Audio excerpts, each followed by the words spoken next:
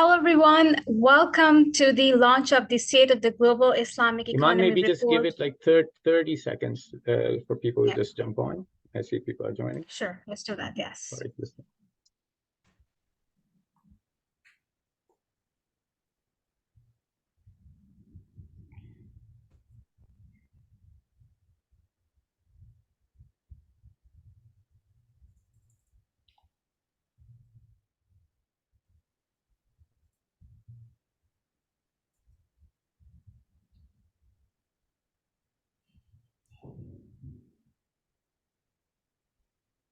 Bismillah. Okay.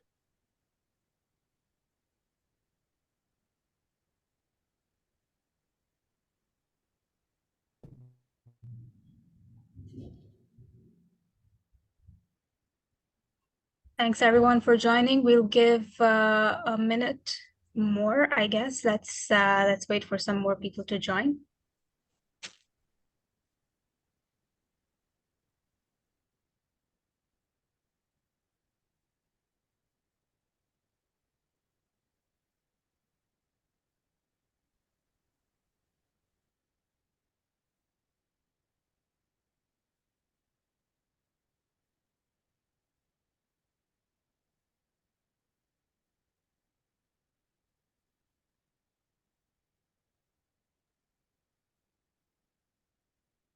All right. Welcome, everyone, to the launch of the State of the Global Islamic Economy Report 2023-24.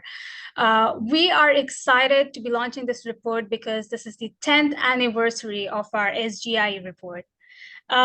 This is Iman Ali, consultant at Dinar Standard, and I am very privileged to be emceeing this session today. So without any further delays, let's get into it. To begin with, so this is our agenda quickly for your kind reference. And to begin with, I would like to introduce you to our prestigious panelists who will be giving us the opening remarks. And for this, I would like to invite Ms. Reem Al-Shafaki from Dinar Standard, partner at Dinar Standard, who will be moderating the session. Reem, all yours. Thank you, Iman. Bismillah ar-Rahman ar-Rahim. In the name of God, the most merciful, the most compassionate, we begin. We pray that this gathering and this report is beneficial not only to the Muslim Ummah, but to mankind. First, allow me to introduce myself. I'm partner with Dinar Standard. I'm based in the US, and I'm currently in Cairo, but based in the US. I lead the tourism and marketing pillars within Dinar Standard.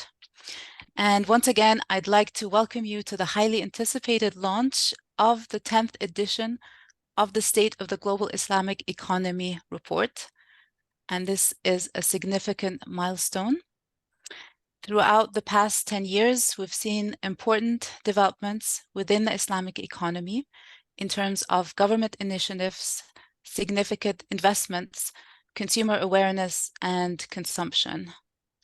And we're thrilled to have you here today, our audience, our webinar participants and listeners. And we are also excited to have an esteemed panelist for this opening session, opening remarks, and they will help set the stage for this exciting event.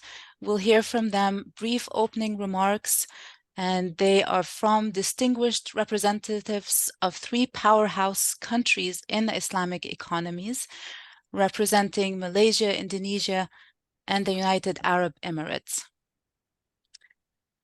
I would like to start by inviting Dr. Sapta Nirwander to speak. However, let me introduce all the speakers. Dr. Sapta Nirwander is former Vice Minister of the Ministry of Tourism Indonesia and Chairman of the Indonesia Halal Lifestyle Center, which is a leading consultancy group that advises organizations on how to flourish in the Islamic economy. Ms. Rosalina Ramli is Director of the Malaysia Digital Economy Corporation, MDEC, which is a government agency mandated with leading Malaysia's digital economy, including the Islamic digital economy. And last but not least, Mr. Sohail Zubairi, Senior Advisor the Dubai Department of Economy and Tourism, DET. DET is the main supporter and champion of this report. And DET is mandated to support the government in achieving its vision to position Dubai as a major hub for the global Islamic economy and tourism. Dr. Saptar Nawander, the floor is all yours. Thank you, Rim. Bismillahirrahmanirrahim. Assalamualaikum warahmatullahi wabarakatuh. Alhamdulillah. Wa syukurillah la hawla quwata illa billahil azim. This is an honor for me to give some welcoming remark or speech in this prestigious event for the State of the Global Islamic Economy report, especially for dinner standards. I think since I've been working with dinner standard for many years, I think so 12 years, then I will give some also summarize. But before that, also I will like to inform you that two nights before, there is a very interesting debate, vice presidential candidate debate. Then they are talking about SGIE, and then now in social media, what they're discussing, what is SGIE? They call SGIE. Then I think this Dr. Rapi and Brother Said, this is also how important SGIE now, even in debate of a candidate of vice president in Indonesia, then one of topic is also this is at the beginning when I'm as 2013 we contribute to this seminar, and then of course followed by many activities with the dinner standard. Yeah, this is especially for the GATRA, who inspiring by the report. They can continue. Go ahead because the time is limited. The business halal Indonesia in 2016, and then of course the report also enlarged and inspiring not only for the media but also for the another stakeholder. And maybe you can show this. We're signing myself with Rapi and also the Iswandi and also many representatives of Indonesia to continue working together to not only launching your report or dinner standard report, but we're doing also some report together for Indonesia, especially this one, Indonesia Halal Economy and Strategy Roadmap, that really guidance and bring real roadmap for the halal. And this really you can see the opportunity and also the domestic export and etc. import really what we call not explain, but also the strategy how to achieve these three areas of opportunity. And then of course this even the 2020 State of the Global Islamic Economy report, we translate also in Bahasa Indonesia in order to enlarge the audience. That's why in the debate they asked the SGIE, State of the Global Islamic Economy. Now they know about this. I hope they know also the content, right?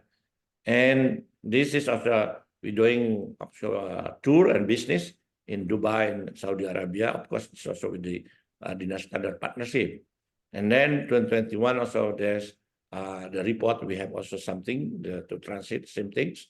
And the next, even during the COVID pandemic, we still launch the report in under of what is honor of the president, Vice President Republic of Indonesia, Pak Maruf Amin Al-Awar there.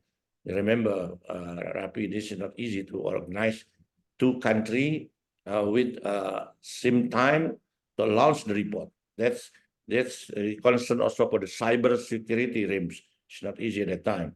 But now this is the report, okay? And of course, this is also the brother side there. We launched also another report, yeah. And we have also worked together with the Indonesia, for the Bank Indonesia. And also, Rim, you remember this is certain signal or post-COVID. Yes. That's also good things. And of course, this is wow. After that, even the big newspaper, they reported about the halal industry in Indonesia, how the important, how the potential, how we're going to export, and etc. Okay. Thank you, Then, Pak Sabta. and yes, then, no, not yet. Just 1 minute. The last we have also in pipeline Indonesia Digital Islamic Economy Report 2023-2024 will be launched soon. This is report very special because we, Rafi said, we use what we call dashboard system that we can interact in this report. And finally, this Indonesia market, big market with 124 billion. And of course, the impact of economy and the things is important, this one. Number 1 is Malaysia, number 2 Saudi Arabia, number 3 is number 4 Indonesia. We do hope they will upgrading this rank. I don't know, we just prayer for, right? I don't know why. Maybe there will be number 1, I don't know, or number 2. We pray for that, right? Inshallah. Thank you so much, Pak Sabta. This it was very. I will end this on the one slide, please. On the one slide live. Okay, that's finished. And we do hope the report will be next, the future content, not only economy, but also the digital and investment for, especially for Indonesia. We have been a tremendous lesson learned from State Global, the Global Islamic Economy Report. The result, we have $0.51 billion export after 10 years. That's good. Thank you. Shukran. Thank you, Pak Sabta. Thank you for sharing the impact. For Dinar Standard and SGIE. Thank you. Thank you so much. I'd like to invite Ms. Rosalina for 2-3 minute remarks, opening remarks. Thank you. So salam sejahtera, season's greetings, and a warm welcome from Malaysia. First of all, thank you, the organizers, Brother Rafi, Dina Sanders, for allowing MDEC to give the opening remarks for the highly anticipated State of the Global Islamic Economy Report 2023. Malaysia has close to a decade been at the forefront, and I personally am seated at the edge of my seat to see whether we retain that position in this report. Quick recap to 2023, based on the lessons of Malaysia Digital Economy Corporation, which is the government agency championing Malaysia's transformation to become a digital nation. It has been an impactful year. The collaborations and partnerships that MDEC has embarked on globally with other Islamic economies countries, with Indonesia, with Qatar, with UAE, has helped to move the needle forward as a country. The next big wave that we're envisioning to solidify not only Malaysia's next phase of Islamic economic growth, but for other countries that we have in support of expanding our collaborations, is the Islamic digital economy. As you know, technology as a baseline is agnostic. It is the products and services that makes it Sharia compliant. So as the whole world pivots to digitalization together, how can we raise the bar and bring awareness on the value propositions the Islamic digital economy can bring to communities globally? And this is across the board, and with specific emphasis to communities who have got a preference to adopt ethically solution products and services. So for MDEC, 2024 holds tremendous opportunities, and it is in our vested interest to support the digital charters of other Islamic finance communities. My last parting words, congratulations to Dina Standards for making the State of the Global Islamic Economy Report a global benchmark. And the hope is for Malaysia to also embark on our own personal report for Islamic digital economy. On behalf of MDEC, thank you all to the partners here today, and we look forward to trailblazing the digital frontier together. Back to you. Thank you, Ms. Rosalina. Thank you for your kind words. And Mr. Suhail Zubairi, I'd like to invite you to speak with your welcome remarks. Thank you very much. And it has been such a pleasure. Bismillah ar-Rahman ar-Rahim. I'm the very proud owner of all the 9 reports. I have it in my study, and this is going to add to that, and this will be the 10th edition, and it's very exciting having worked. First of all, Dubai is a place which started off collecting the elements of Islamic economy, and the world first time came to know what does that mean, Islamic economy, because not many people knew earlier that there could be halal pharmaceutical, cosmetics, and also halal tourism. So the credit goes to Dubai to have brought all the elements of Islamic economy together and to give the world the concept of the halal economy, what it is and what it constitutes. Now, having worked with Dinar Standard on this 10th edition, it was very exciting because all the launches were held in Dubai, so I missed a couple of them, but most of them I attended myself, and it was a great honor for me to work on the 10th edition. One thing which I actually have observed and I would like to share with the audience is that, you know, the supply side drivers and the demand side drivers, and this is the ray of hope that we have, that Islamic economy together, all the elements will cross $10 trillion worth of the economy, not in a not too distant future. I think in the next 3 to 4 years, this milestone is achievable, because on the supply side drivers, the government bodies functioning as enablers, which is happening, and we have seen a lot of countries are adapting to IOP standards for Islamic finance, and this is because of the demand side drivers, the growing youthful population, which is forcing to happen. Then the national Islamic economies strategies, this is because of the affluence of the Muslim consumers, that, you know, they would like to have, you know, they are basically imposing their choice, and that's why, you know, the strategies are coming up. And then the global brand involvement, and we have seen that Islamic value-driven lifestyle and the consumption patterns are emerging, and then all the big ones, you know, the brands are now coming up with the Islamic lifestyle products and so on. Also, the Islamic economy investment activity, digital connectivity, and the rise of e-commerce is growing it and pushing it quite forcefully. And the last but not least, rise in the trade agreements and intra-OIC trade. Because of the demand side driver, because of the COVID, we saw the near-shoring or the local shoring became very, very important.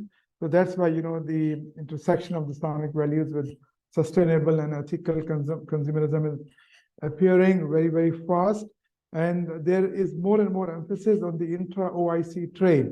So with that, I would like to expect that, you know, next year we'll see a much better performance. Although we have just left COVID behind and we have done marvelously well in the last 2 years, but I think it is catching up, and hopefully Islamic economy will grow faster and superior, and we will see the 10 trillion mark to be achieved very soon. Back to you, Reem.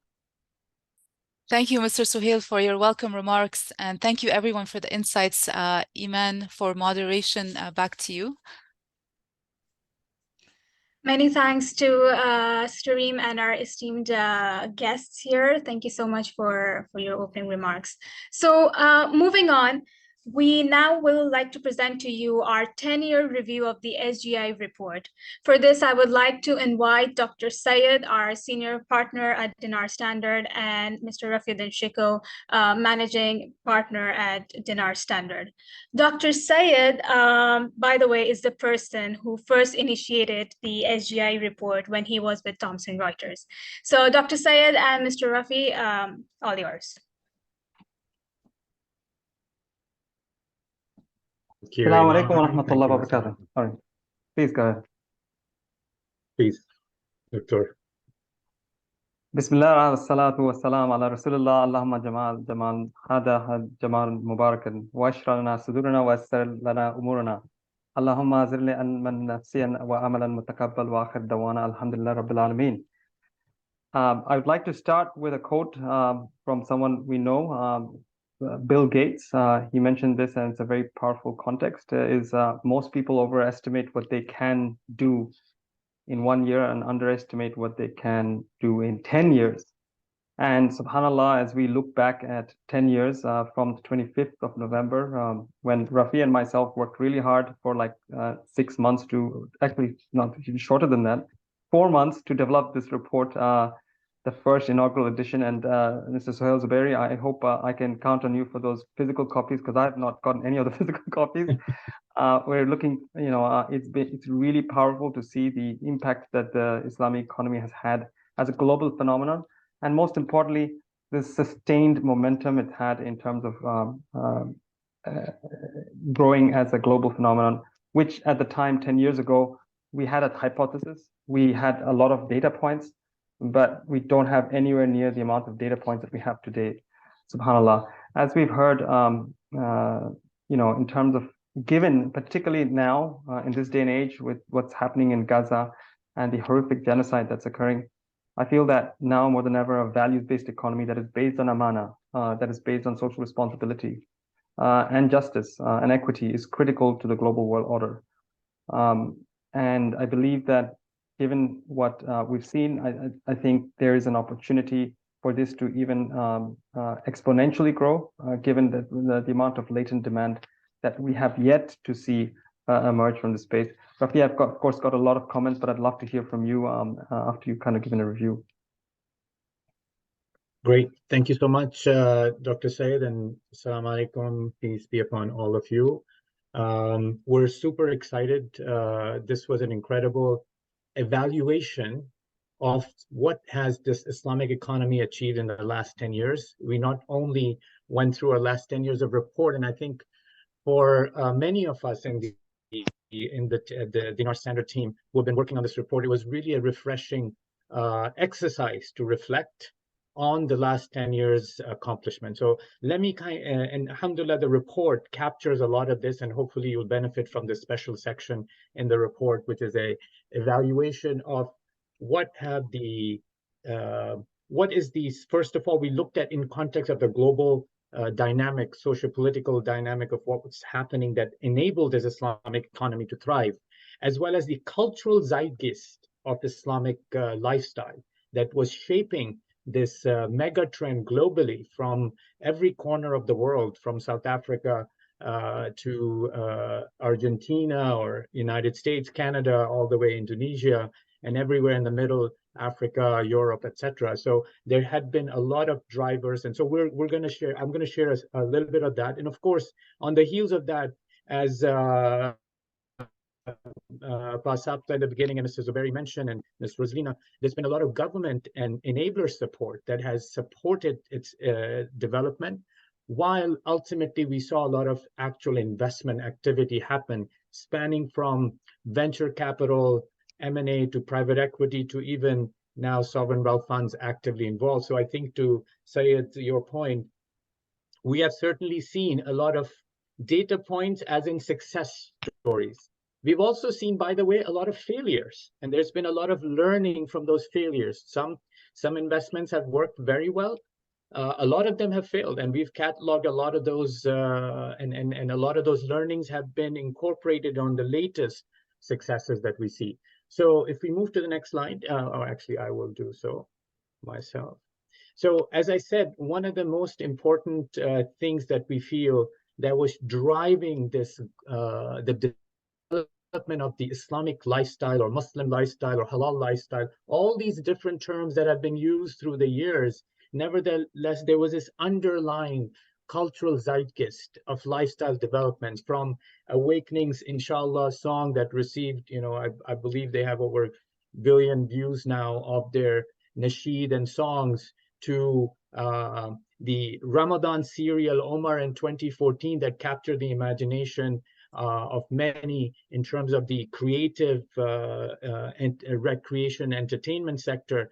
I also have a picture of the phenomenon of halal that became popular in the West with this representation of this halal cart in New York City, which has now become a franchise, 200+ franchise retail outlet across not just United States, also the region expanding, or the show Earth Frugal that many of you know in 2016 or 15, 16 that came about, and it's become a global phenomenon, especially around the Islamic lifestyle markets. We also saw modest fashion, and we feel certainly modest fashion has done something to the Islamic economy that no other sector has done. It's really make it mainstream. And we see brands from Dolce & Gabbana to our OIC-based domestic brands emerging, a lot of entrepreneurship from happening from OIC countries in modest fashion. We saw even Islamic education becoming mainstream with the Yaqeen Institute and many of the likes. And of course, in terms of content, again, creating the culture of halal Islamic economy, Omar Hana, Khabib's, Khabib himself was an icon, I think, to a lot of the youth and the developing trend of affinity towards Islamic lifestyle and its values. Nike's hijab kind of broke the counter of where hijab was being banned in France and some of the European countries. So there is sort of that aspect of the drive. And of course, last year's World Cup in Qatar and Expo 2020 in Dubai and COP28, these are all things, all major events happening in major Islamic countries that have brought about more of a pride in the Islamic lifestyle economy. So this is a little bit of the zeitgeist. Now, all of this was helping drive investment activity. And just to kind of showcase to you, again, in the report, we detail this out, but it's great to see those successes and how it's leading up to where we are. LaunchGood, which is also now it's in 10th year, mashallah, is an iconic Islamic social finance platform from the US, is working towards, in our view, almost $1 billion+ worth of funding social finance. Modernisa was one of those iconic venture capital play of a modest fashion platform out of Turkey, which continues to become the main platform. And again, a great success story by which investors have seen success in modest fashion e-commerce. And you can see later on hijab and many others who have benefited while Modernisa continues to draw investments.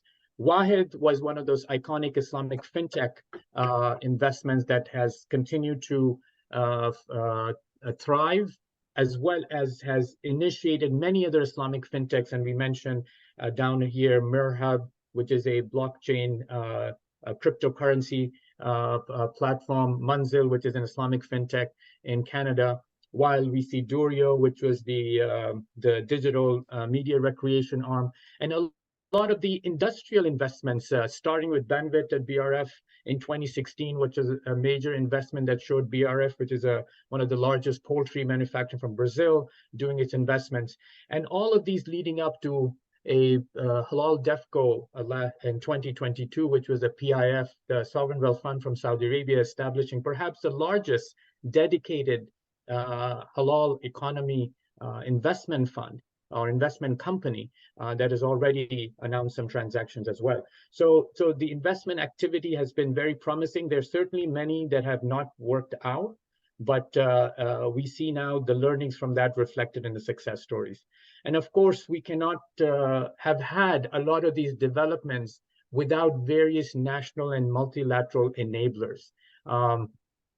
Certainly before the launch of the SGIE report, to acknowledge the pioneering role that Malaysia has had in the development of the halal economy. And when the Global Islamic Economy was initiated in Dubai, certainly the umbrella Islamic economy term was further propagated and promoted with His Highness Sheikh Mohammed's initiative. Then SMEEC has been driving the OIC's halal standards campaign and initiative, and I think there's been a lot of progress, although there's still a lot of needed alignment or harmonization amongst the standardization of halal standards. We see on the Islamic finance side the initiative of VBI, values-based intermediation, that was really iconic from Malaysia for the Islamic finance, with the social impact angle and having its real impactful, purposeful notion. Indonesia's green sukuk was iconic in 2018. AOFI launched the Standards 59, which was very significant for the Islamic finance industry. And on the halal economy side, three major markets, Indonesia, Saudi Arabia, and Malaysia. Again, you could see Indonesia's master plan in 2019. And then we saw Saudi Arabia announcing its decree in which SFDA was assigned the responsibility to lead the halal compliance campaign for Saudi Arabia that also dovetail into the Vision 2030 and the HPDC investment that we saw. Malaysia in 2022 also refreshed its master plan, and we see a lot more focus now on economic impact. Islamic Development Bank jumped into the foray in 2021 with its Center for Excellence for Halal, which has been a long time coming, but much needed, and I think it's being already very impactful. We also, on the halal industry side, are now seeing a lot more multilateral mutual agreements happening to facilitate the trade between countries. So these are a culmination of the zeitgeist and the investments and the enablers. And ultimately, Islamic economy's ultimate goal and impact has to be social, not just as a side thing, but in its purpose, as we know. And so when it comes to economic equity, you will see in the report how we mapped all the SDGs per sector, but we see the overall halal ethical economy, the 2.2 trillion consumption market itself is driving halal ethical practices, and that itself is a big contribution to the global economic equity campaign. Same thing with Islamic ethical finance, social finance with Zakat, Waqf. Now we have UN agencies, multilateral, World Bank, who are looking at social finance as a mean. Negatively, we still see financial inclusion, poverty alleviation, and other gaps that need to be still addressed, and a lot of room to grow. On the environmental side, we also saw some good progress on the sukuk issuances, the green sukuk issuances, AOFI's ESG standards. Malaysia's Sharia compliant carbon credit recently has been quite innovative. And then, of course, on the production side, the organic, ethical, halal brands are all pioneering in the space of environmental impact. However, there's still limited adoption of these SDG mapping aspects, especially ethical halal brands, and there's a lot more room across getting the halal standardization to embrace the wider environmental impact components as well. Finally, on the gender equity side, women in entrepreneurship and media, design, modest fashion, travel has been exemplary within the Islamic economy.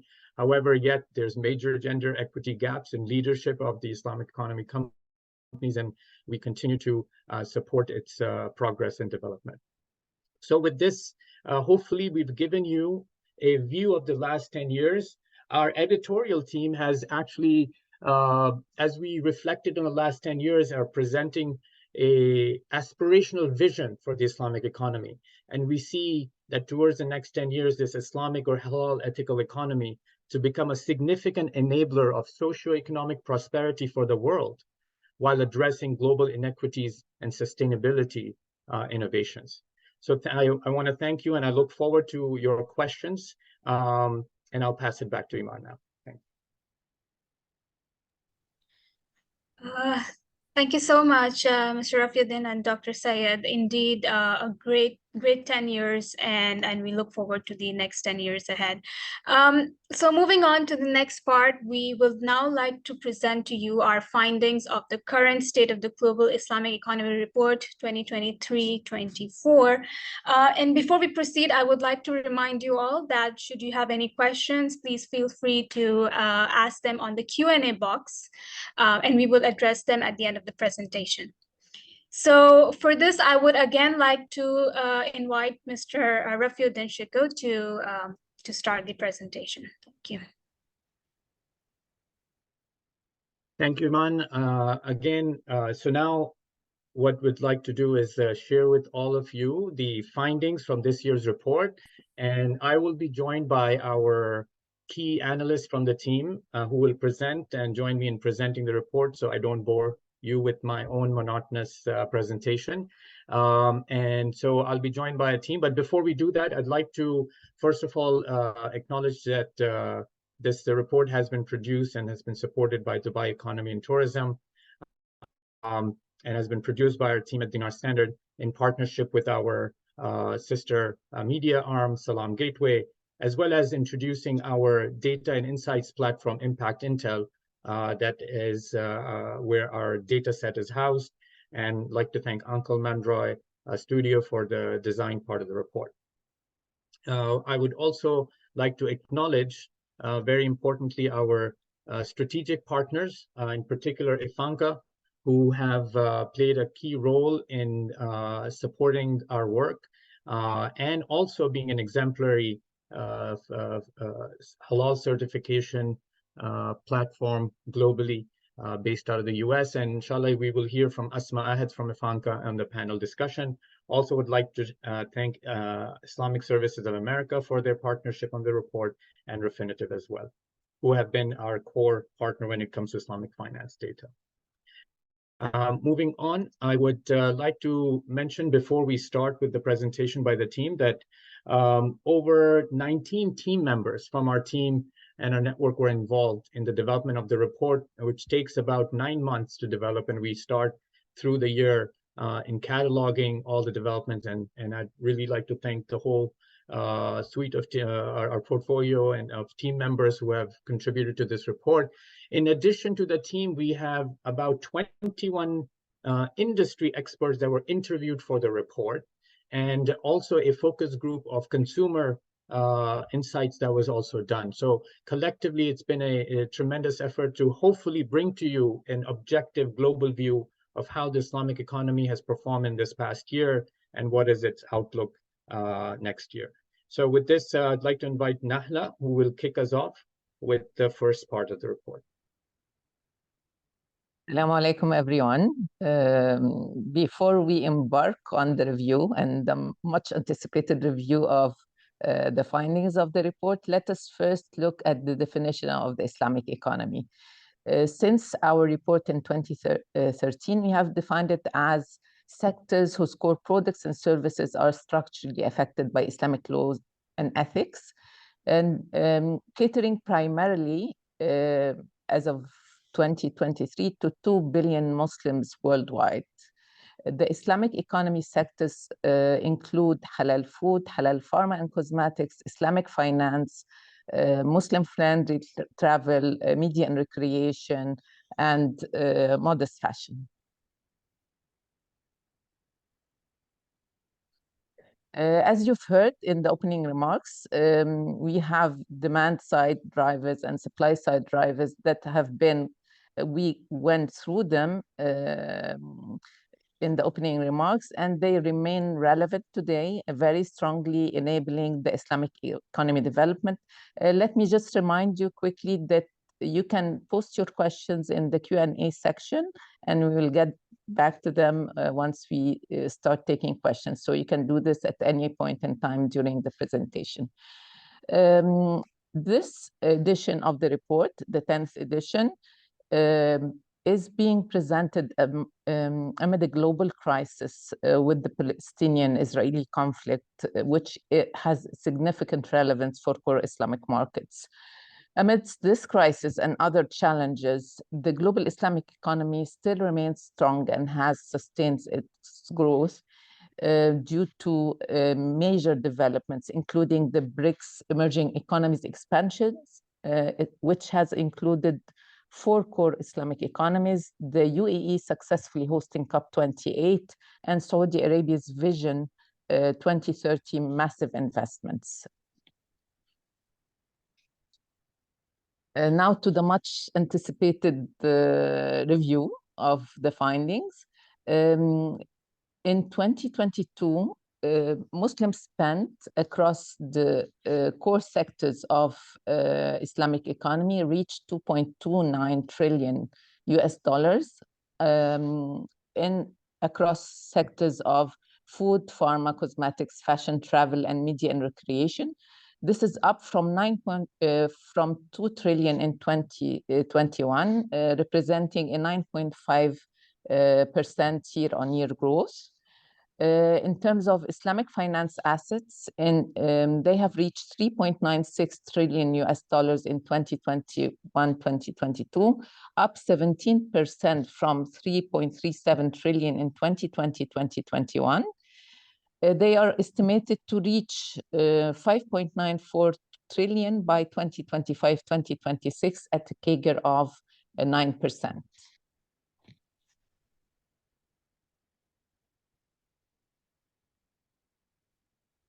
The 10th edition of the report has a very special section where we are featuring Muslim consumer profiles. This is based on interviews that were done with Muslim consumers around the globe from different ages, different backgrounds, and with varying degrees of religious observance.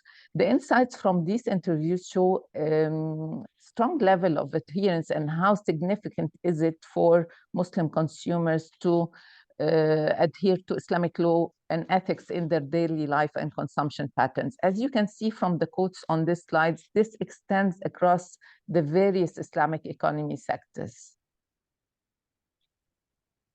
Thank you. Thank you so much, Sister Natha.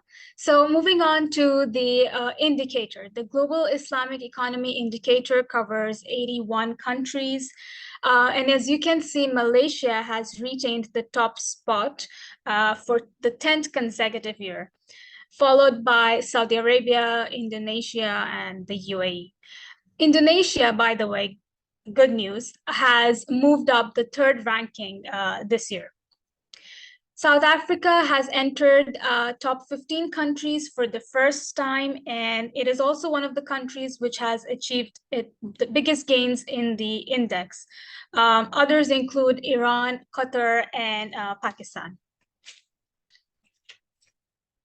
Next in the report, we also analyze investments in the Islamic economy.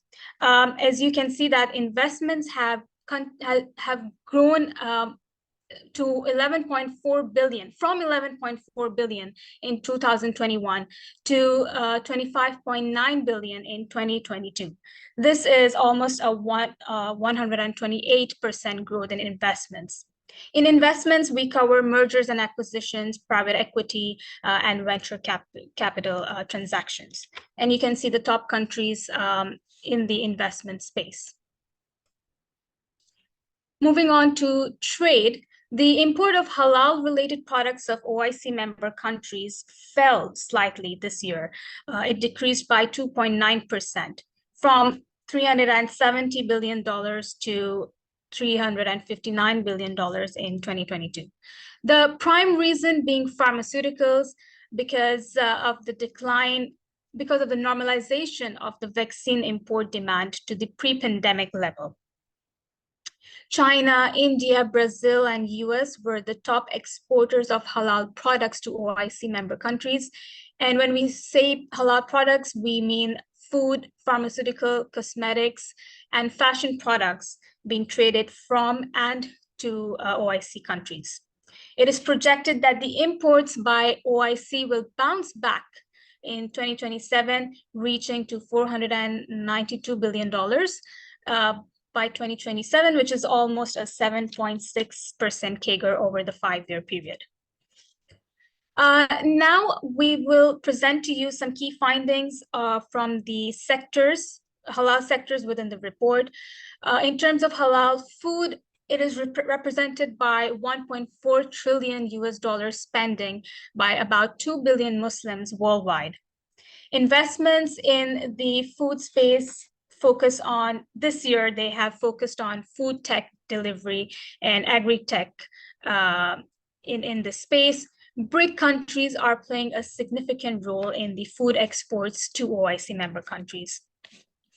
In terms of government leadership, you can see that Malaysia, Indonesia, Turkey, Singapore, and Thailand, they have taken the top 5 spot in the ranking for halal food.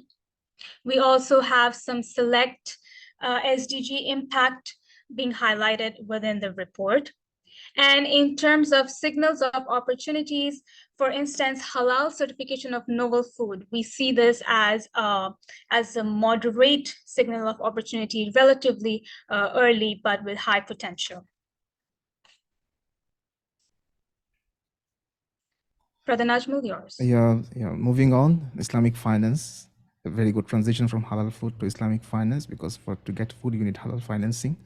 So in terms of consumer opportunity, as the data from the LSG Refinitiv and Dynasty analysis, it was represented by 3.96 trillion USD in Islamic finance assets globally in 2021 to 2022. And this is estimated to reach 5.94 trillion USD by 2025-2026 at a CAGR of 9%. And we can see the top 10 countries by Islamic finance assets. It is being led by Iran, followed closely by Saudi, and Malaysia, and UAE, and Qatar. And Kuwait, Indonesia, Bahrain, Turkey, and Bangladesh, they are completing the rest of the 5. And in terms of Islamic finance investment related deals, this amounted to 14.4 billion USD, and top 5 countries accounted for around 31 of them. Moving on to the government leadership, as usual, Malaysia is leading, but Indonesia, Saudi, they're catching up. So the top 5 indicators overall, Malaysia is leading, Saudi Arabia is soon catching up, with Iran, Bahrain, and Kuwait completing rest of the 5s. In terms of SDG impact, as Mr. Rafi mentioned, we have the SDG mapped. So for Islamic finance, we can see Waqf and Zakat being highlighted in Malaysian annual budget, and Burkina Faso as a new entry to the Islamic social finance arena, aiming to alleviate poverty and hunger. We can see in SDG number 9 being tackled by automated sukuk platforms in Saudi, and virtual reality-based services in Islamic finance in GCC countries, not to mention IBFNet, Warba Bank, etc. In terms of SDG number 13, it is being tackled by banks in UAE, KSA, Tunisia, and UK, contributing to climate action. And SDG number 17, which is Partnership for Goals, an ISDB group, a major multilateral developmental bank for OIC countries. They're enhancing trade and development in many of the OIC countries, noteworthy of them being in Uzbekistan, Bangladesh, and Senegal. In terms of the signals of opportunities, we can see Islamic microfinance or Islamic social finance in an early signal of opportunity, but it will have a moderate impact.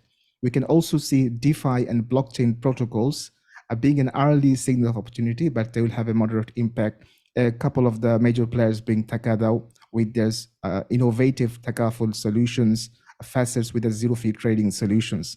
In terms of the intermediate signals of opportunity, we can see sustainable finance. This is an ongoing process, but it will have a very high impact when it comes to fruition with traction. We can also see untapped regional market entry. We have seen the entry of Russia as an Islamic finance player. We are also seeing the potential entrance of France, Philippines, Mexico as well. So once this goes on, we'll have a high impact. Regulatory support is another intermediate signal of opportunity. We have heard and we have seen the support of Pakistan Supreme Court asking to eliminate riba-based financing in Pakistan, and with the government concurring, proposing a 5-year plan to eliminate riba. So this kind of regulatory support is an ongoing process, and it will have a high impact. Thank you.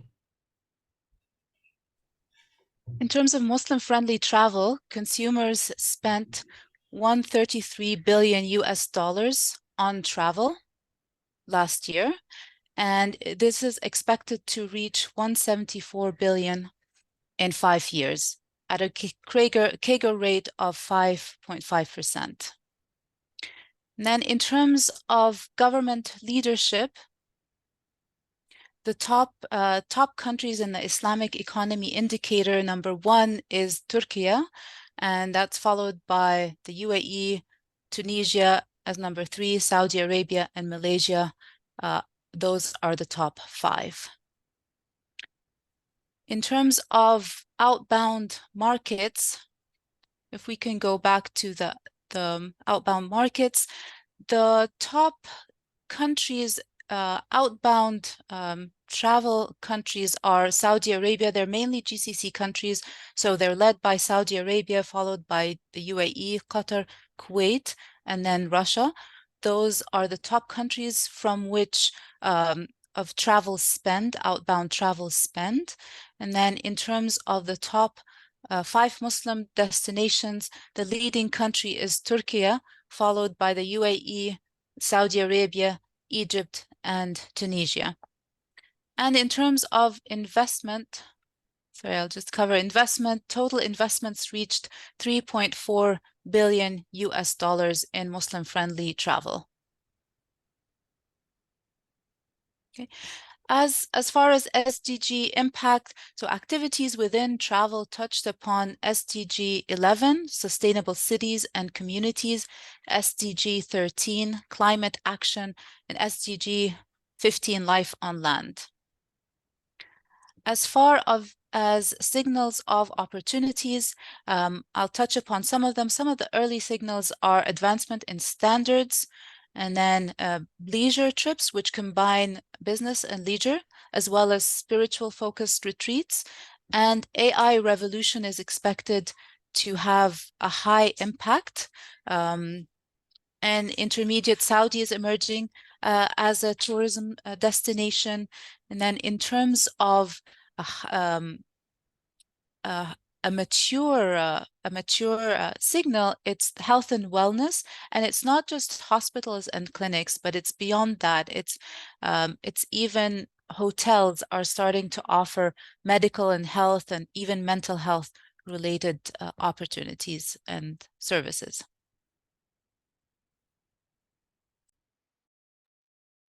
Assalamu alaikum, everyone. My name is Ibrahim Wahed, based out of South Africa, and I'll take you through modest fashion as well as media and recreation.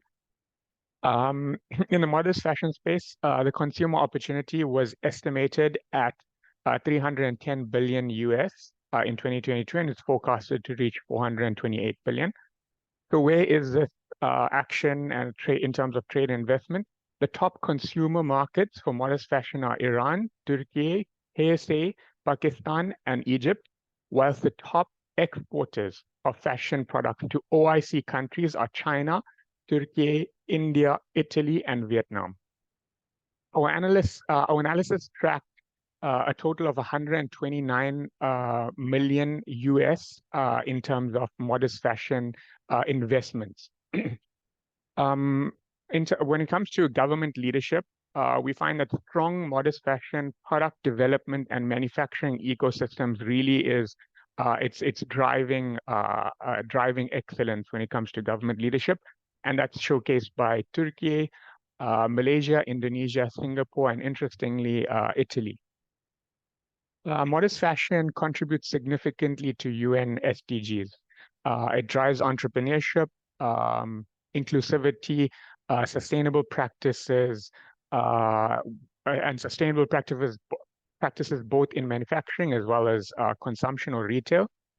There are several signals for opportunities when it comes to modest fashion, and these we've tracked ranging from early indicators all the way up to mature. When on the early side, we're seeing modest clothing resale and rental services, whilst a really interesting signal gaining traction is specialized modest sportswear for women. So I'll now take you through media recreation, which is another big lifestyle sector. Globally, Muslims spent 247 billion US in 2022 on media and recreation. And this spending is forecasted to reach 344 billion by 2027. The top consumer markets for media and recreation are Turkey, the US, Indonesia, KSA, and Pakistan. We've tracked a total of 4.9 billion US investments, which is almost double what we tracked in previous years. Government leadership is primarily driven, especially when it comes to media and recreation, it's driven by strong technological and regulatory ecosystems. And here we see the leaders in the space are Malaysia, Singapore, China, Qatar, and the United Kingdom. From an SDG perspective, media and recreation are similar to modest fashion. It drives women's empowerment. We see this in the creative economy, as well as it contributes to knowledge, communicating values, and as well as sustainability. I mean, in terms of the signals in the space, we're seeing some really interesting developments. One that I'm particularly excited about is the use of digital tech to augment Islamic interactions. Like we see with AI chatbots, recently, a more recent version was Ansari.ai, which gives you real-time theological responses for learning and guidance. On the more maturing side, we've known that logistics was historically an issue when it comes to accessing markets for media and recreational products. But now with these ecosystems maturing and logistics networks developing, we're seeing brands reaching critical mass, right? So brands like Durio Plus, which Brother Rafi mentioned earlier, Desi Doll being available in major UK retailers, and Zane Beaker Studios as well, gaining global prominence.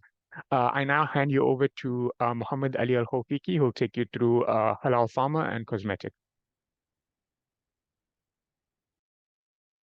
Assalamualaikum. I am Ali Al-Khofiki from Indonesia. So I will take you briefly to the pharma and cosmetic, which is the last sector, but they have interesting dynamic development in the past years. So for pharma, Muslim consumer opportunity represent 108 billion in 2022. They will reach 142 billion with 5.7 CAGR.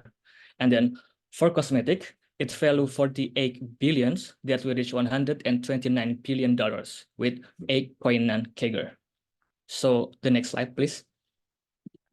So actually, we have some signal of opportunity in the halal pharma and cosmetics, but we want to highlight three important things in this halal pharma and cosmetics. The first one is about growing halal awareness.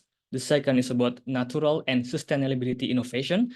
And the third one is about progression in local pharma and cosmetic industry. So the first one is about growing halal awareness. For now, people are expecting beyond food. It's about halal pharma and cosmetic, about what they consume. And then we see that digital media such as TikTok, Instagram, many halal beauty influencers are also there. So they promote the importance to consume not only about food, but also pharma and cosmetics. And the second one is about natural and sustainability innovation. We see that especially after the pandemic, people are expect more natural product like natural skincare, how green pharmacy, and something like that. One of the good example is I see that there is a Dexa, a company from Indonesia.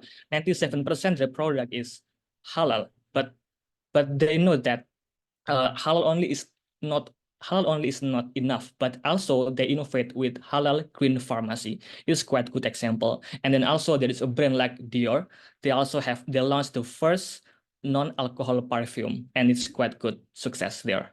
And the third one is about progression in local pharma and cosmetic industry. We see that pharma and cosmetic industry is growing in some OSCE country, especially in Southeast Asia and in Gulf country. We have something like Saudi Fax from Saudi Arabia. We have Indofax from Indonesia, and then also Malaysia. We have some initiative from Duo Pharma about halal oncology, and then halal vaccine and biopharmaceuticals. They're also quite important. And I also highlight about the halal cosmetic from the local brands, especially in Southeast Asia. We know that they are growing investment, and the example is like from Beauty Hall, Sociola, Belief, and other. That quite good example how halal cosmetic startup get funding and growing for now. Thank you. And back to Iman. Thanks, Gofiki, and everyone for the wonderful presentation. Before we proceed, I would like to again remind you all that you can post your questions on the Q&A box and we can address them at the end of the session. Also, you can now access the report on Salam Gateway. Here is your go-to. So scan the QR code and you can download the full report.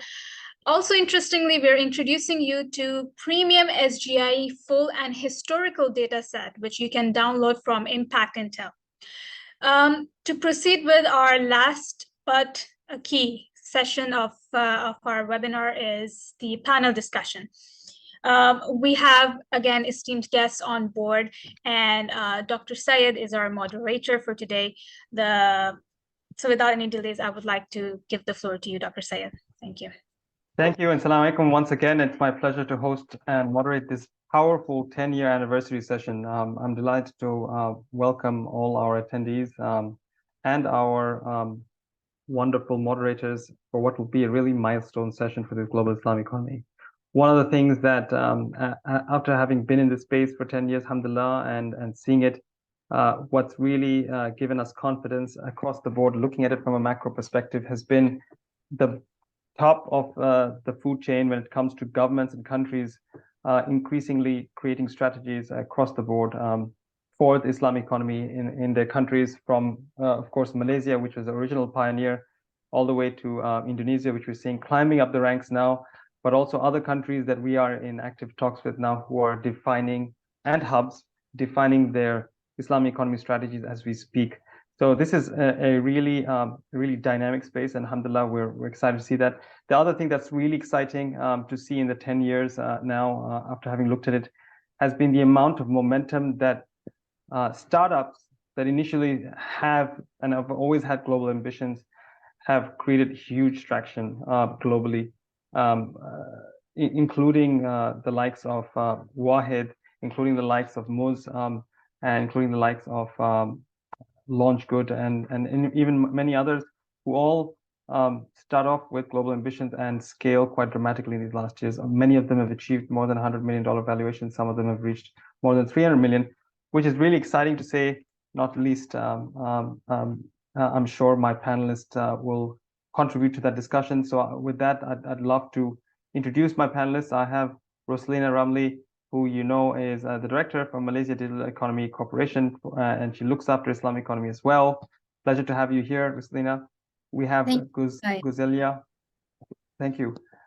We have Guzelia Marisova Jani, who is the international representative of Wardah, Indonesia, which is one of the leading cosmetic brands in Indonesia and is a halal cosmetics brand. Assalamualaikum, Sister Guzelia. Walaikum assalam warahmatullahi wabarakatuh. And we also have Sister Asma Ahad, who's been with us since the beginning years as well, who joins us from the United States and is the Director of Halal Market Development at Ifanka. Assalamualaikum, Sister. Assalamualaikum. Pleasure to be here. Thank you. And finally, we have Brother Connor Murphy, who is a senior partner at Dinar Standard, but has served for over decades. Do not trust his age by his looks. He has been a significant contributor to the Islamic economy for several decades, having served at the Islamic Development Bank at the highest levels. While I'll be asking specific questions of the specific panelists, Assalamualaikum, Brother Connor. Alaikum salam wa rahmatullah. My apologies. While I'll be asking specific questions of the specific panelists, if you have any questions to ask them, please feel free to drop them on the chat on the bottom right, and we will try to attempt to get our wonderful panelists to answer them. So if you don't mind, I will start with Sister Rosalina Ramli and ask her a few questions around Malaysia, which has been the original founder of what you'd call the halal lifestyle and the Islamic economy, even before it was conceived as a coherent piece in 10 years ago. Malaysia led both the Islamic finance development and the halal food and the halal market development for several years before. With that context and with everything you've seen in this space over the last year, of course, Malaysia has had its ebbs and flows when it comes to the Islamic economy, but particularly perhaps sometimes aligned with the priorities of the federal government. How do you feel that the Islamic economy has evolved in Malaysia over the last 10 years? Thank you so much, Dr. Syed. So just a quick recap on the pillars that was mentioned earlier. So you're looking at Islamic finance, halal as a lifestyle. So Islamic finance, we have done pretty well in terms of being the first market movers across the various Islamic banking products and services that we have currently in Malaysia. We're looking, so the next big wave that we're anticipating, and as you know, last year we announced the license for the 5 digibanks, 5 Islamic banks. So all of us are market observers waiting on the sideline, having digital bank, Grab digital bank, which is branded as GX Bank, being the first. So we're looking forward for the the Islamic digibanks to come on board next year. Last year as well, we also announced the digital takaful and insurance operator framework. So that's, you know, coming in on stream, and you can see a lot of integrations within the fintech space. On the lifestyle side, I mean, what comes to mind is like what was mentioned inside the report is typically your content, social media, as well as fashion. But what's the driving force of this, especially for what we're seeing in the within MDEC, is how social media is growing the space for entrepreneurs, not only in Malaysia, but also across the globe. I mean, you know, when you sell something on TikTok and you have like 1 million customer base, and we've seen them in Malaysia, and I'm sure Madam Wardah here can also emulate the same, that, you know, within seconds, you know, you can sell millions of products, you know, through the social media and influencers. So we're seeing a lot of that happening in Malaysia now. But the crux or the foundation of Malaysia's prominence has been top down. So we do continue to have the strong support of the government, especially under the regime of Madani now. We're trying to see how we can further strengthen that through the digitalization. Bank Negara and SC, if you look at SC, we've announced specific license for Sharia compliant P2P and ECF.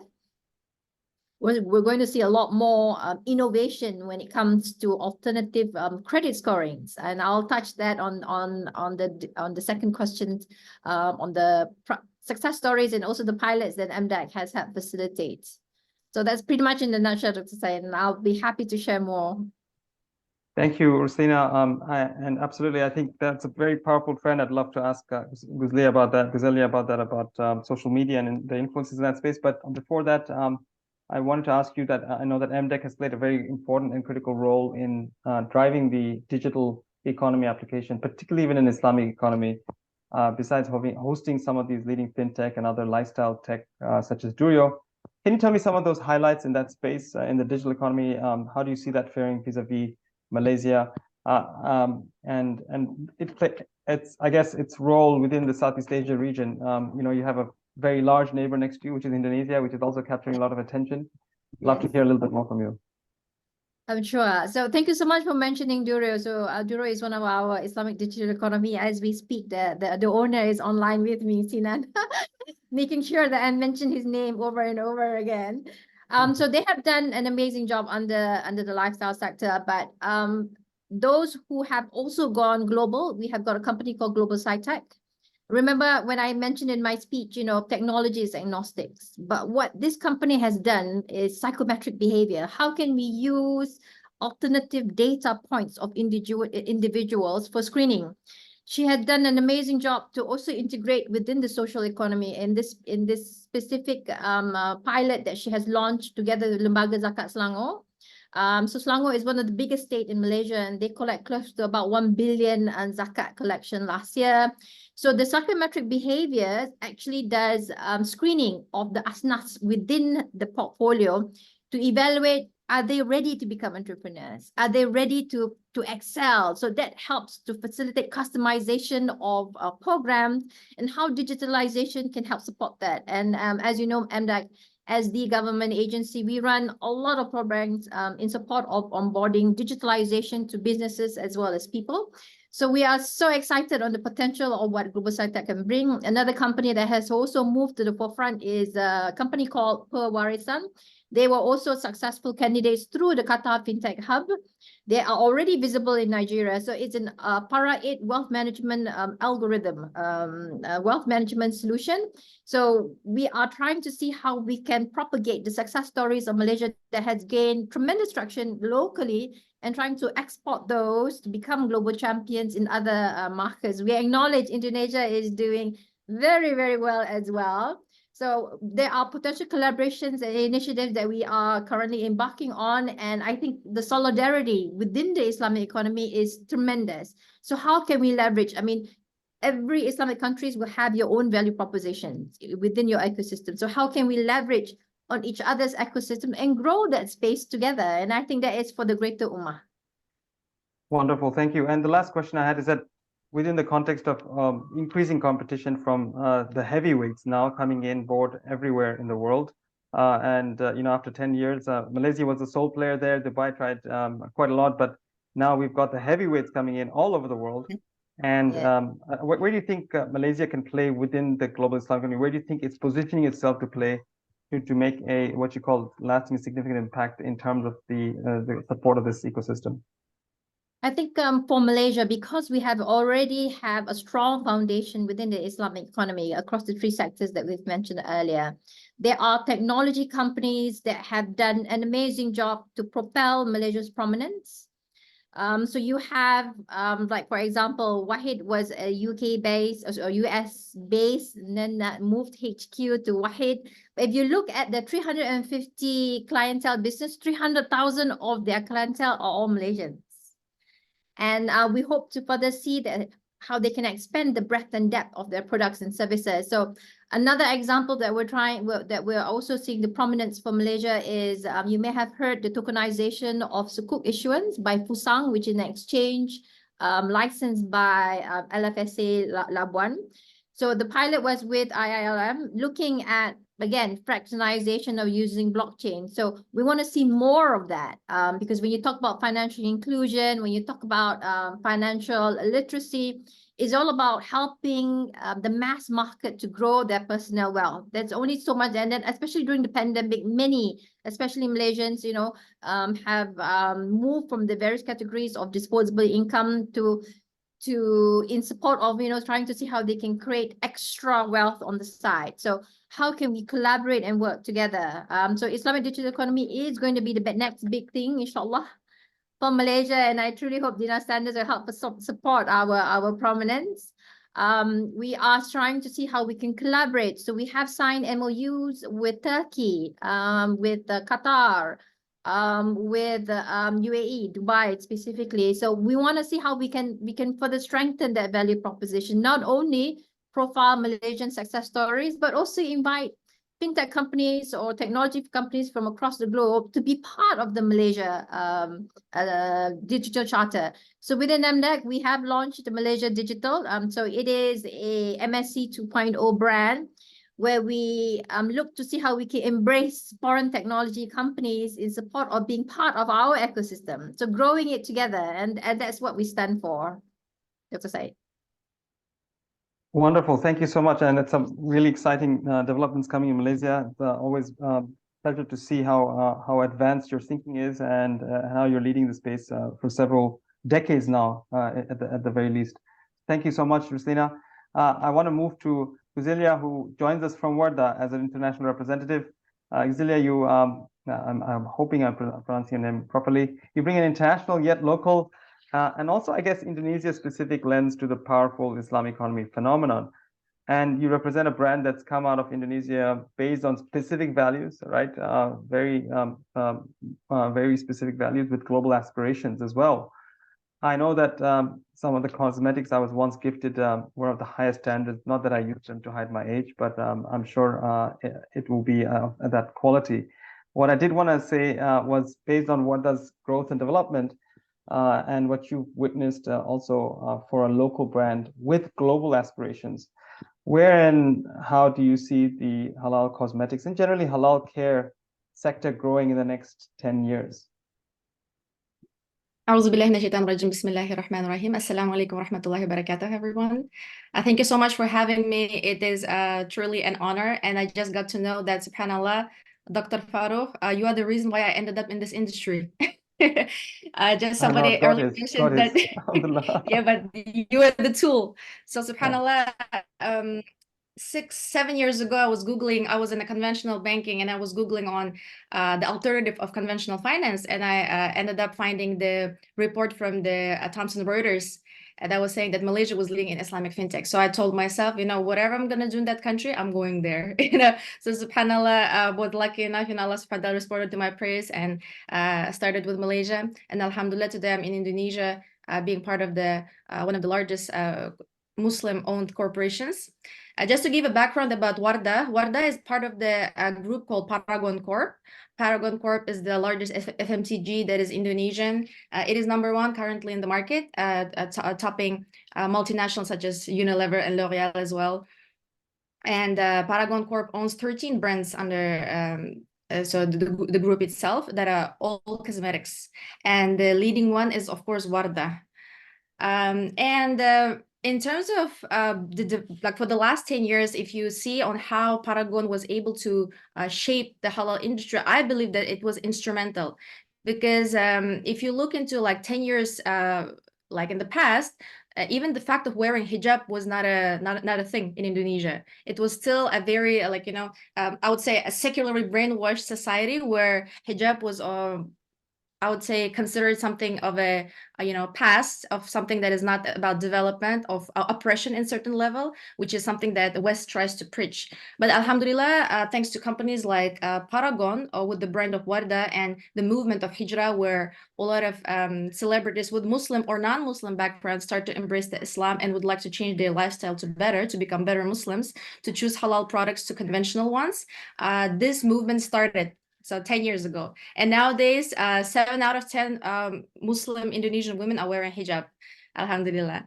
So in terms of like how I see Paragon going forward in the next 10 years, as it was already able to make halal as a norm, so that even whatever a new cosmetics brand is arising, they always try to get halal certification, cruelty-free, vegan, you know, so they already try to be at the same level as Paragon Corp, level up to it. So I believe Paragon will be also dictating the new standards that will be more ESG friendly and focused on the concept of tayyib, which I would call also Sharia centricness, right? Nowadays, especially in Malaysia, you know, Sharia compliance is a big thing, right? But what sometimes makes me sad is that throughout the Islamic industry globally, a lot of us sometimes focus on the compliancy rather than the centricness, right? Making sure that the products that we make are benefiting and making their dawah.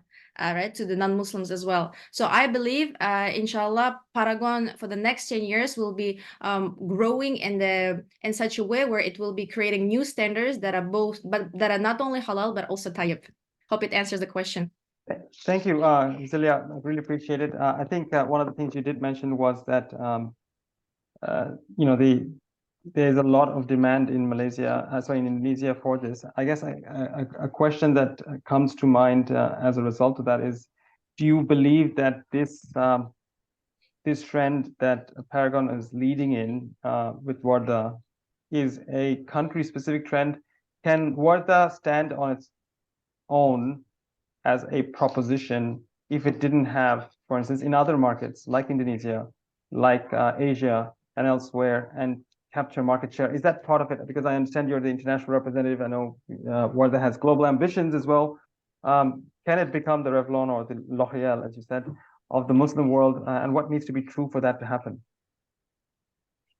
Yeah, so I think the trends in different markets, especially when it comes to Muslim communities, is diverse. And you know, a lot of Indonesian companies, they rarely go global because the market is so huge here. So they're, you know, happy with what's there, right? Especially going from the far east region from the far west to far east. It's like you know, going from Asia to America, right? It's so big.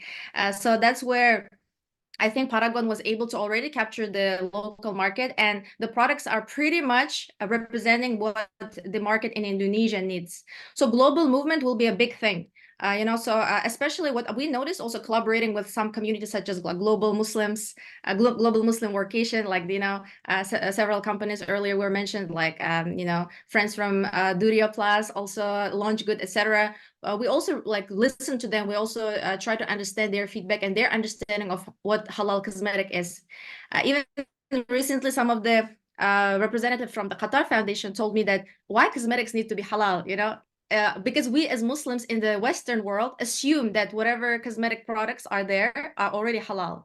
So it means that there is a level of literacy that needs to be caught up compared to the countries that are in a Muslim majority countries like Indonesia and Malaysia, where the halal products are so relevant that people really go deep dive into cosmetics and pharmacy, and even nowadays into textile, right? Like for instance, for leather and shoes, whether the leather for the shoes is coming from ethical ways and maybe the veganly sourced or halal leather, let's say, so for me, what I see Warda and also Paragon in general with other brands could do is position it more on a sustainability and environmentally friendly side of things, which is where we're going. So there is a new concept that's being developed within a group called Halal Green, which we otherworldly could call it Halal and Tayyib. So something that is good, not only Sharia compliant, but also bringing goodness to the environment, to the people,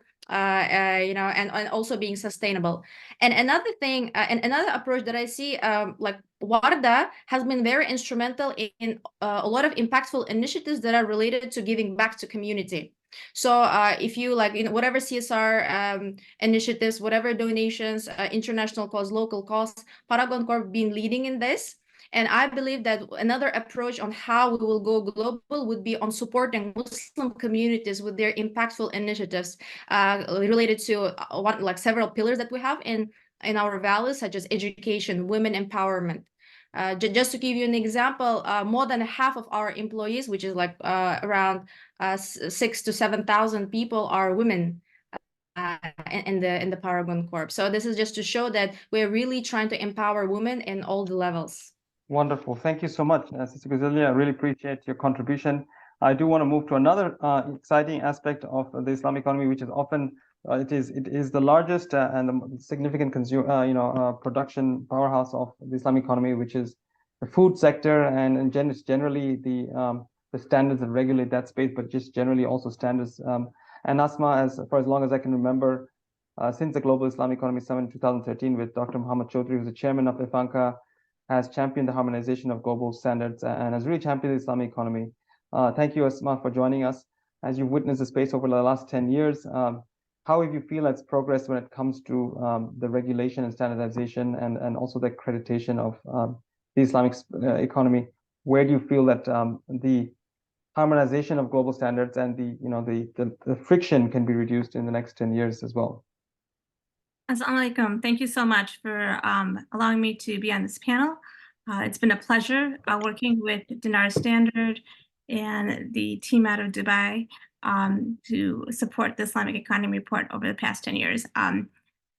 So where have we been? Over the past several decades, IFANCA has pioneered a lot of the spaces under the leadership of Dr. Chaudhry and team to help facilitate food sufficiency among Islamic countries. And that was really by enabling halal accessibility of products through halal certification, halal verification.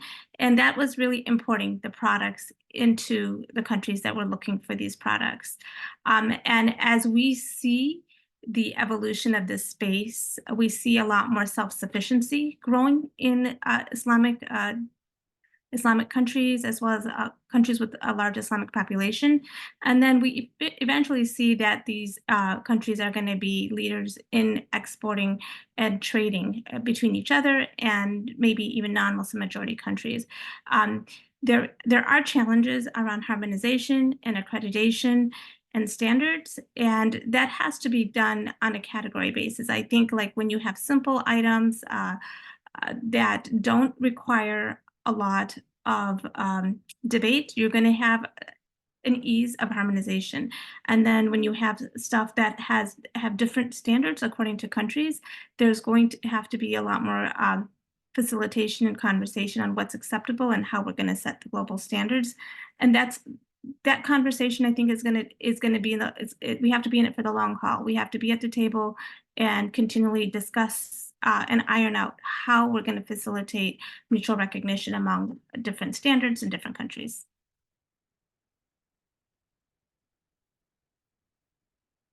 I can't hear you. Great, thank you. And where do you feel that it's going to progress, I guess, in terms of the major transaction flows, and where the market will be centered around in terms of standards? Who do you think will emerge as a winner when it comes to leading in the halal standards and accreditation harmonization in terms of jurisdictions? I think the jury's out. I think that there's a lot of players, and I think that there's not one winner taking all. I think it's going to be collaborative, and really the different stakeholders. There's going to be different stakeholders playing in different spaces, and we just have to see where the dust settles in that conversation. Okay, and where do you feel for commercial players as you track the kinds of transactions that are coming out of the United States, but also elsewhere? Where do you feel the players are for commercial players? Sorry, the opportunities are for commercial players to deliver outsized value in the halal food sector? I'm sorry. So basically, when we're looking at commercial players, I think that multinational companies always are going to be key players in this conversation, and as long as they deliver relevant products. But I think local production will be also very important. So, for example, when we're looking at countries importing right now, and as they move to self-sufficiency, the growth of local economies is going to be key to developing outlets for economic development, for financial in food spaces. Awesome. Well, thank you so much, Sister Asma. I do want to move on to our last and final speaker. I'm conscious of the time as well. Thank you, everyone, for hanging on. Connor has been at the nerve center of the global Islamic economy for many decades now in the Islamic Development Bank. Connor, now that you're in Dinar Standard, supporting jurisdictions developing their Islamic economy propositions from Medina to Malaysia, how do you see the direction of the halal economy over the next 10 years? Assalamu alaikum. Welcome to all the people participating. I'm talking to you from the United Kingdom today. So your question, Dr. Said, you give me the hard questions, thank you, about what is the direction of the halal economy. Well, after all we heard today, I couldn't imagine anyone is not thinking it's going to be positive. But, and I think everyone has echoed the reasons why there's that positivity in the growth of the halal economy. One, as we've done, we're in our 10th year of doing this analysis, and you can see the trajectory is consistent and stable. We've seen that in the past 10 years, we've gone through enormous global challenges. We had the COVID crisis. We had the supply chain disruption. We had all conflicts which were affecting food security, as we have experienced in a lot of Muslim countries. So yes, through all of that, there has been that steady, resilient growth of the halal economy. And I think from a risk management perspective, when we look at stress events, normally we talk about stress scenarios. We try to create difficult scenarios. I don't think we need to create difficult scenarios. We've been living through a very adverse situation in the last few years, and yet we have seen the resilience of the halal economy. But just to reflect on one aspect about the share of the halal economy to the global economy. In Islamic finance today, Islamic finance assets represent 3% of all the global financial assets. Yet the Muslim community is close to 25% of the population of the globe. So you can see from 3 to 25%, there's a huge opportunity for growth there. When we go to media, pharmaceuticals, and cosmetics, we see it's still hovering around 5%. We heard from Gulzaya a lot of growth that's been done in the cosmetic industry, but there's still huge potential. And I think that refers to what she said about the awareness and education about halal cosmetics. Many people will take it for granted, but that's a lot of educational awareness that needs to be done. The story is slightly better when we look at fashion and travel. It taking up 10 to 12% of the global market, but we need to see more development in that area to bring forth the great Islamic heritage and tourism that exists in the Muslim world. And I think that will only increase. Halal food, obviously, because we love eating and we're very conscious on that aspect, you know. Even so, as the report highlighted, the top few exporters of products, halal products to the OIC tend to be from the non-Muslim world. So there's a huge opportunity, not just from the consumer, but the production side that we can grow. When we looked at the rates of growth, we're talking about growth in the halal economy between 6 to 9%. That's double or triple what the actual global GDP growth is. So we can see it is a major signal of growth. And this is why we are seeing a lot of the larger brands, you know, trying to enter this $2.3 trillion economy, because they see a lot of opportunities. But we also need to learn to develop our indigenous capacity to serve it. I think a lot has been spoken about the supply side and demand side, but just to comment on that, these are ways for us to analyze the actual fundamentals. And if those fundamentals are all operating and positive, so as we saw national strategies, like in Saudi Arabia, Malaysia, and Indonesia, very much focused on developing their own halal economy. We see the Islamic Development Bank as a global multilateral, doing a lot of things, and which is encouraging, as Rafi had mentioned, the Center of Excellence in Malaysia, but they're also doing a lot of sukuk in Uzbekistan and Kazakhstan, we have seen recently. Investment activity has really spiked. It's really growing. People are noticing the sector. So we see a lot of money coming in. These are all great things. From the other side, I think what I would like to mention is people be aware that the Muslim youth, the Muslim population as a whole is very young.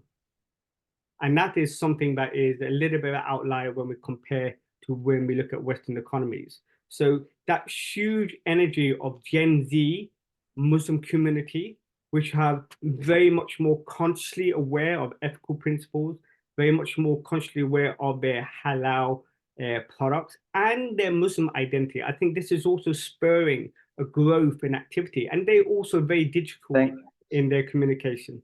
Thank you so much, Honor, for those wonderful insights. I really appreciate the time that you've taken on this and answering it with a lot of robustness as well. I appreciate the focus on indigenous and the development of the indigenous markets for this, in particularly locally. I think we're hearing a trend all the way from Roslina all the way to Zulia and also to Asma and Conrad, that there's going to be a lot more development in local markets developing the capacity. We're seeing this firsthand, as you know, from a lot of the consulting assignments that we're doing with countries asserting their right to build their local capacity, which is fantastic and exciting for us. With that, I'd like to thank the panelists. We are out of time. I'm conscious that we did have some Q&A. If you do have any important ones, we've answered most of them. But if you do have anything, this is the time to perhaps ask any of the specific panelists, and then we'll close it off for this session. Iman, we're happy to have you lead it from here. Thank you so much, Dr. Sayed, and our esteemed panelists. It was wonderful to hear from you and to hear the landscape of the halal economy and what to expect in the future as well. Thank you, everyone, for joining us today as we celebrated the 10th anniversary of our SGIE report. We hope that you find the report interesting and useful.